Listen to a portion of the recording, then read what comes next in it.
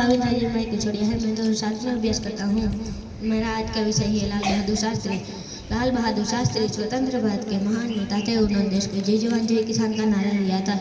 लाल बहादुर शास्त्री का जन्म 2 अक्टूबर 1904 को वाराणसी के पास मुगल शहर में हुआ था। उनके पिता का नाम शारदा प्रसाद था। अपने मामा के यहाँ रहकर उन्होंने प्रारंभिक शिक्षा प्राप्त की। इसके बाद वे वाराणसी गए। वहाँ उन्होंने काशी विद्यापीठ में पढ़कर शास्त्री की उपाधि प्राप्त की। 23 वर्ष की आयु में ललिता के साथ उनका विवाह हुआ। उन दिनों देश में स्वतंत्रता आंदोलन चल रहा था। शास्त्री जी इस आंदोलन में गांधी जी के सहयोगी बन गए। स्वतंत्रता के आंदोलन में वे कई बार जेल गए। अपने देश प्रेम के कारण वे एक लोकप्रिय नेता बने। शास्त्री जी जीवन भर कर्तव्य में लगे रहे। पंडित नेहरू के बाद लाल बहादुर शास्त्री देश के प्रधानमंत्री बने। सन 1965 में पाकिस्तान ने भारत पर हमला किया। उस समय शास्त्री जी ने बड़ी कुशलता से काम लिया और पाकिस्तान युद्ध में बुरी तरह से हार गया।